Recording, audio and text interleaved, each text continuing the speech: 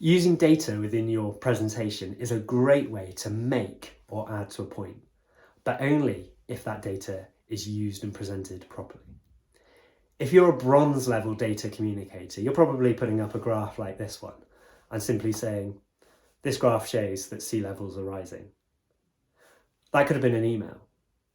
If you're a silver level data communicator, you might put up the same graph and say, this graph shows that sea levels are rising, which will have cultural and economic impacts. But so what? What does that mean for your audience? If you really want to inspire, persuade, motivate them, then you need to be a gold level data communicator and make this data real and relevant for them. You will say, this data shows that sea levels are rising. That will have cultural and economic impacts. For example, with the UK refugee crisis, there will be more people moving into towns and cities and putting pressure onto key infrastructure like healthcare. Your children, you, your elderly relatives might not be able to access the services that they need at the time they need them, and that could have dire consequences.